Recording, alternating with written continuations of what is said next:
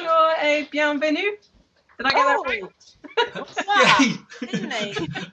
Apologies, Yes. my French is horrendous. Ça va? Hello, good evening and welcome. As Jules says, I can't do it. That's why I got Jules to say it first. We have a fabulous guest this week. We've gone international. Not European, international. That's what we're calling it. We're going international. And we have a fabulous lady who's joining us this week. It is the lovely, the delightful Isabelle Pesci. Welcome to the show, my dear. Thank you, and thank you so much for inviting me. You're very welcome. Oh, we're so glad you're here. We're not going to do any more French than that. That's it. That's the limit. That's the subtitle of French. We're rubbish, I'm afraid. Sorry. I'll reassure you, I'll speak English. You won't have to subtitle the interview. Okay. That's fine. Yeah. if we think we need to do a complete second version in French, then no. Then give us 6 months to go away and learn it. 6 years. Anyway, as we said, it's absolutely a joy to have you here. Thank you for coming on the show.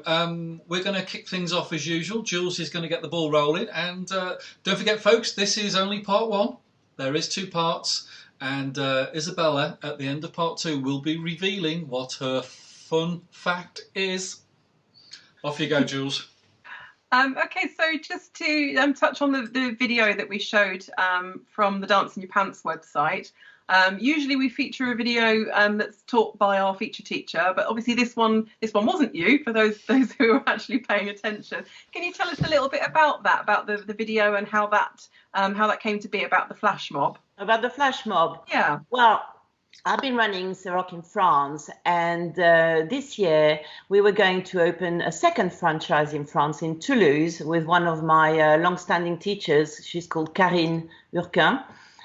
And she moved to Toulouse, and we was all getting ready to start, and obviously everything's being delayed now. Yeah. So beyond the disappointment, she's had this great idea of sharing a flash mob. She was preparing to launch the venues and the Toulouse franchise, and make everybody participate in it, and we want everybody to participate in it. So the idea is, there's a tuition video. It's on Dance in Your Pants. We can give people more help if they want to. There's teaching in French, teaching in English. Learn the routine, video yourself, send us the video. You can send it direct to Team Sant or to me or to Karine, and then we'll put everything together to do one big flash mob on one screen. So that we've already got people from as far as New Zealand participating. Wow. That's amazing. Julie's done one. Julie's done one, yeah. Pete, I'm waiting for yours. Yeah. Yeah. I have to say, yeah, it's a flash mob that can be done by solo people as well as couples. Okay, it's got two parts to it, and everybody can do it, and we'll do a montage. Cool. So please I'll join put me. it on the list.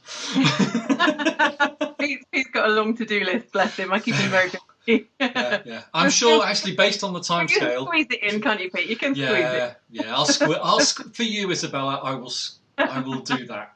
Thank you. You're very welcome. So the weekend that's just gone, the missed weekend, I believe Karine was teaching that routine. Yes.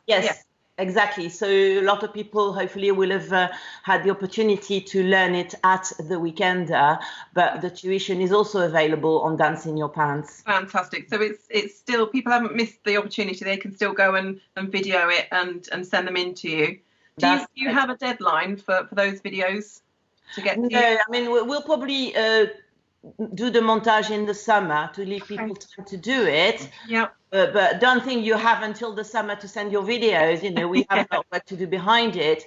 Yeah. Also, the idea is this flash mob can be used by everybody. When we finally get to be able to dance again, take all together, flash mobs are a great way of showing Ceroc everywhere, at the local train station, anywhere, and all over the world. Everybody can use it. Fabulous. I love the fact that it's a global thing. There's people from everywhere. That's really lovely. That's what Ceroc is. We're a big family, and all the way to Australia, still Ceroc. That's brilliant. Yeah, well, we've tried. We've got as far as France. as far as we got so far. Isabella was saying before we came on air for the interview, that the way that the video will be put together will be like a collage. So there's lots and lots of people on the screen at any one time. So it's not just one person cut to another person, cut to another. Don't be scared. People shouldn't be scared if they're not perfect. You know, they won't be focused on them particularly. The more videos, the better. It's be like a massive Zoom screen, lots and lots of little squares. We want the volume effect, the together effect of lots and lots of people dancing the same routine at the same time. It will be a flash mob effect. So don't worry if you're not perfect at dancing. I've got videos from beginners already, and they're not perfect, but they're game. Yeah, I love that attitude. That's brilliant. Yeah. Oh, I can't wait to see it or be in it. Exactly. So I think Jules I think you touched on earlier is obviously the whole point of this at the moment is with Ceroc Toulouse obviously slightly delayed because they were going to be open and running and everything like that. But you've been running Ceroc France. Yes, yeah. I moved to France 15 years ago to Marseille, and I just started the first Ceroc franchise in a non-English speaking country. Brilliant. Wow. So, where was that then? Groundbreaking. Marseille, Southeast. Sorry, Julie? I said, what country was that then? Non-speaking English? I don't know of any. Shush you. You do realise, Isabelle, if you come on this show, you will have the Mickey taken out of you. It's part and parcel of the show, my love. He can't help himself. Don't worry. He takes the Mickey and I tell him to get back in his box. No, that's the fun of it. Anyway, yes, I moved to France and I started Ceroc. That was 15 years ago in Marseille. It's been lots of up and downs. I've opened in lots of cities. I've had a class in Paris, which had to close because the teacher moved away. Still looking for a teacher for Paris. There are Cerocers there. There is potential. I know the place. I can find venues. All I need is a teacher or someone who can be trained as a teacher. Oh, well, there you go. Maybe there's somebody over here who fancies a career change or. If you're watching and you're moving to Paris, get in touch. I guess speaking French is an advantage, but. Yes, you have to be French. You have to be aware that although in Holland they will teach in English, but I'm sorry, in France it has to be taught in French. Yes. Yeah, I think so. I might just make the trip just to come and take a class to see if I can cope. That would be awesome. Listen, for 15 years I've been bringing French people to Canberra. That's true. And they've always managed. You've got the visual. You can follow. It can be done. And English people come to Ceroc Spring. My weekender in France. There are some classes in French as well as in English, and sometimes they do the French ones.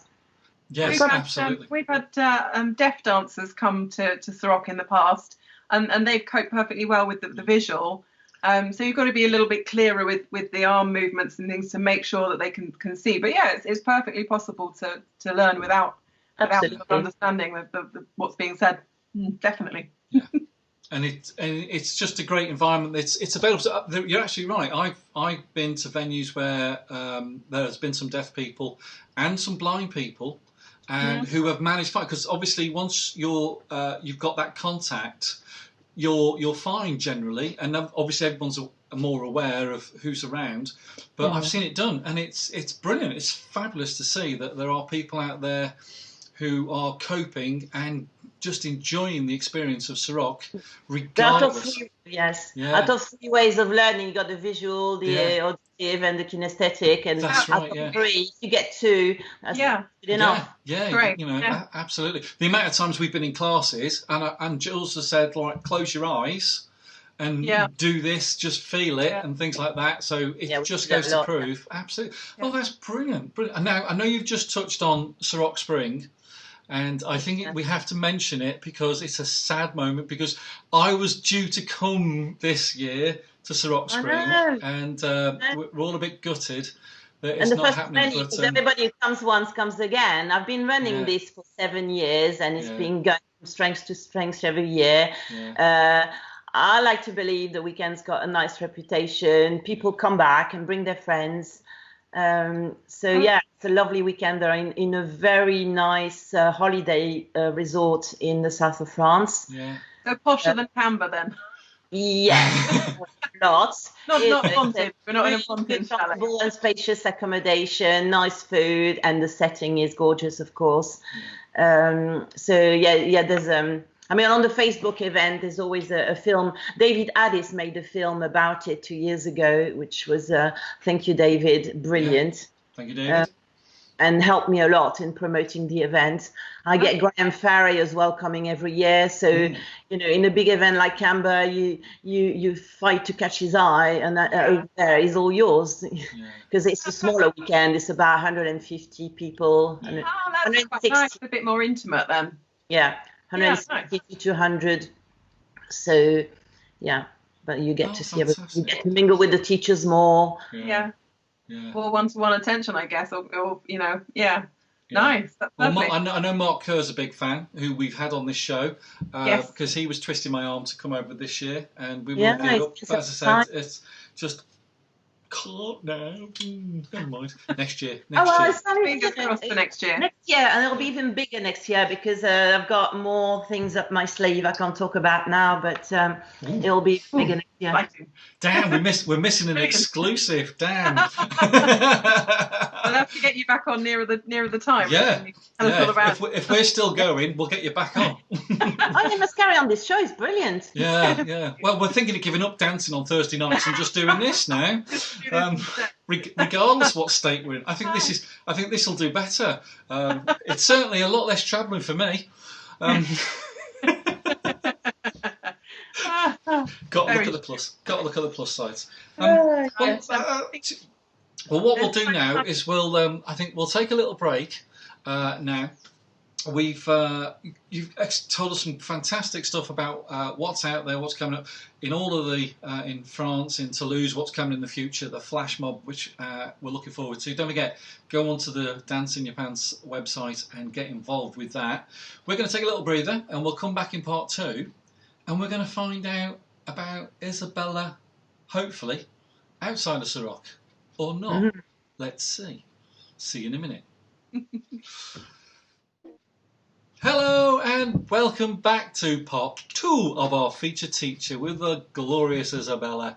We've been having a little chat off air, learned out thousands of great facts, but we ain't going to share any of those with you. We're going to talk about other things completely differently because that's what we do.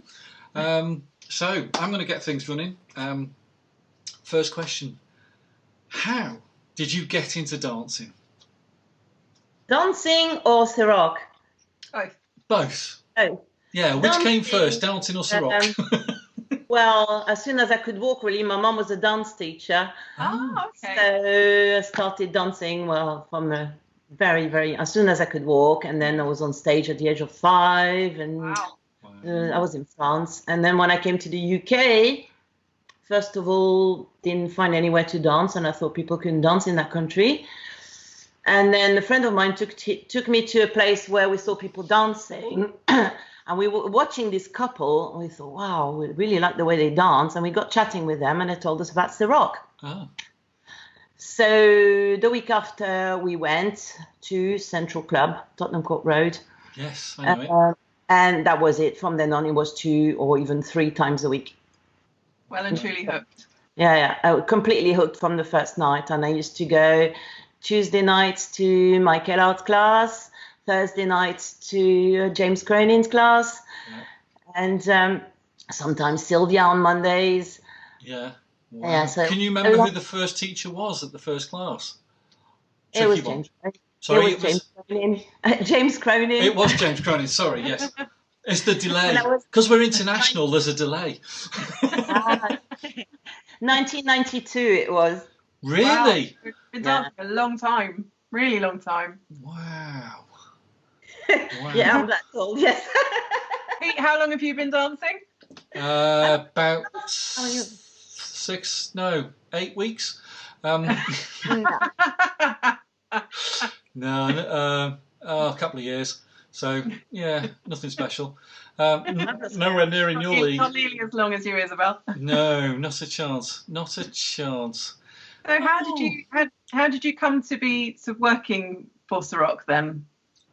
Well, I mean, all those years when I was living in London, working in London, I was one of the first taxi dancers there were in London. But I never wanted to be a teacher. I've been asked countless times I didn't want to be a teacher. And then when I finally decided years later to leave the UK and come back to France, I suddenly went, oh, I'm going to do this. The idea was planted by James Cronin a long, long time ago in my head. But at the time I wasn't ready. Yeah. But somehow I knew one day I'll do that. Yeah. And the day came in 2005 and I moved to France and I did all my teacher training and all that and became the franchisee. Ah, fantastic. Who did your teacher training? It was, gosh, a long time ago. Damn, I can see them. I've forgotten the names. That's okay. We've probably forgotten who they are as well. Wasn't Tim Santana, was it? No, Tim was even a teacher. Tim was a baby at the time. See, I can tell you more about Tim. Mike sent him to me in Marseille when I opened. Tim wasn't even 18. He wasn't even a teacher yet. Aww. Oh, do tell us more. Yeah. No. Any second now, there's going to be a pop-up on the screen going, Tim Santana going, don't say a word.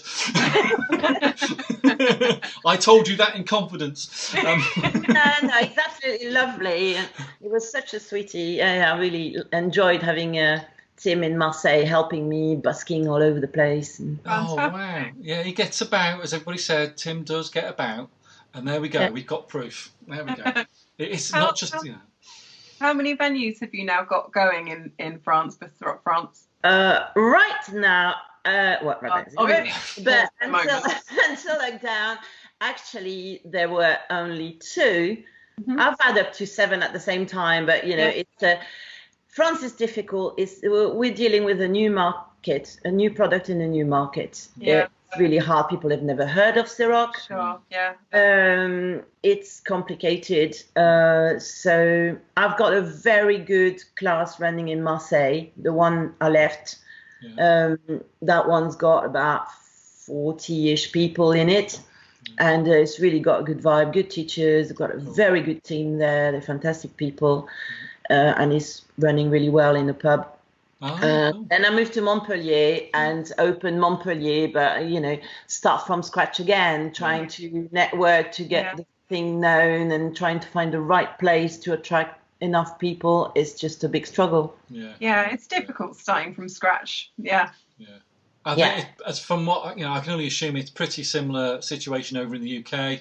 Finding venues, I work for 3 or 4 different venues.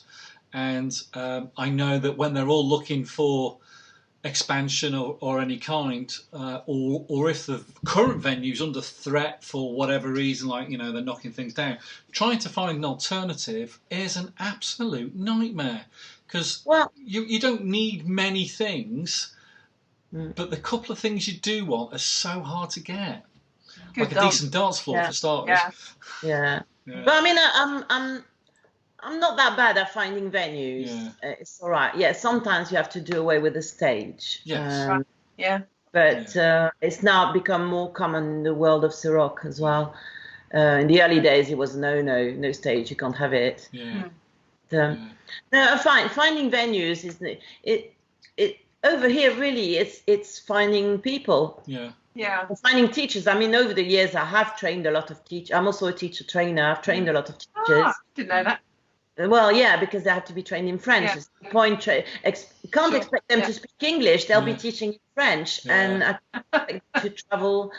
So I'm a teacher trainer, and I train them. But the way the training works is I do the training, and I send the videos to Tim Sant or whoever was the teacher trainer before him, and they are vetted and marked by Tim Sant as anybody else. So it's the same exam. Yeah. Sure. Yeah. Oh, awesome. Good to know. So that's what's going on over there. Now, About you specific, is there generally, is there anything else you do outside of Ceroc just for the fun of it? For the fun of it, well, being a franchisee takes a lot of time. It's Yeah. like a 24/7 job, trying to, advertise and spread the word and get people to know about Ceroc. But I actually, about 3 years ago, took a part-time job Okay. to survive. Yeah. And I work in a company that hires out equipment for the cinema industry. Oh, right, yeah. Right. Oh. So my husband works there. So it's sort of, we moved to Montpellier because he opened a new agency in Montpellier. He needed help, so I started helping, and then eventually the company employed me to do lots of admin and bits and bobs. Yeah. And the fact that my husband Philippe works in this industry is quite helpful because I can get some lighting and some I love it. That was a very shrewd move. Lots of knowledge about Yeah. Oh, that's very useful. Yeah. That's a good. I think that's a good tip if anyone's getting started, and if you're going to join forces with a partner, find them if they own a venue, or if they if they got their own DJ business, or if they run a bar or anything. Get 50% of the job covered. That's the best way. That was not the reason why I'm with him. No. Of course not. Of course not, dear. That wouldn't be the reason at all. He was I'm sure that was all pre-Ceroc, wasn't it? Yeah. Yeah. Well, actually, no. I moved to Marseille in 2005. Met him there. Oh. He couldn't dance. He couldn't dance. He couldn't dance. He wanted to learn, so he learned dancing with me. Yeah. Lovely. So well that he became a teacher. Fantastic. Oh, there you go. Oh. And then we didn't stay a teacher very long because it was just not possible to keep that up with his job, very demanding job as well. Yeah. But he's a good dancer. Cool. Oh, great. Well, I'm sure we'll see him in action on one of these videos. Yes. Yeah.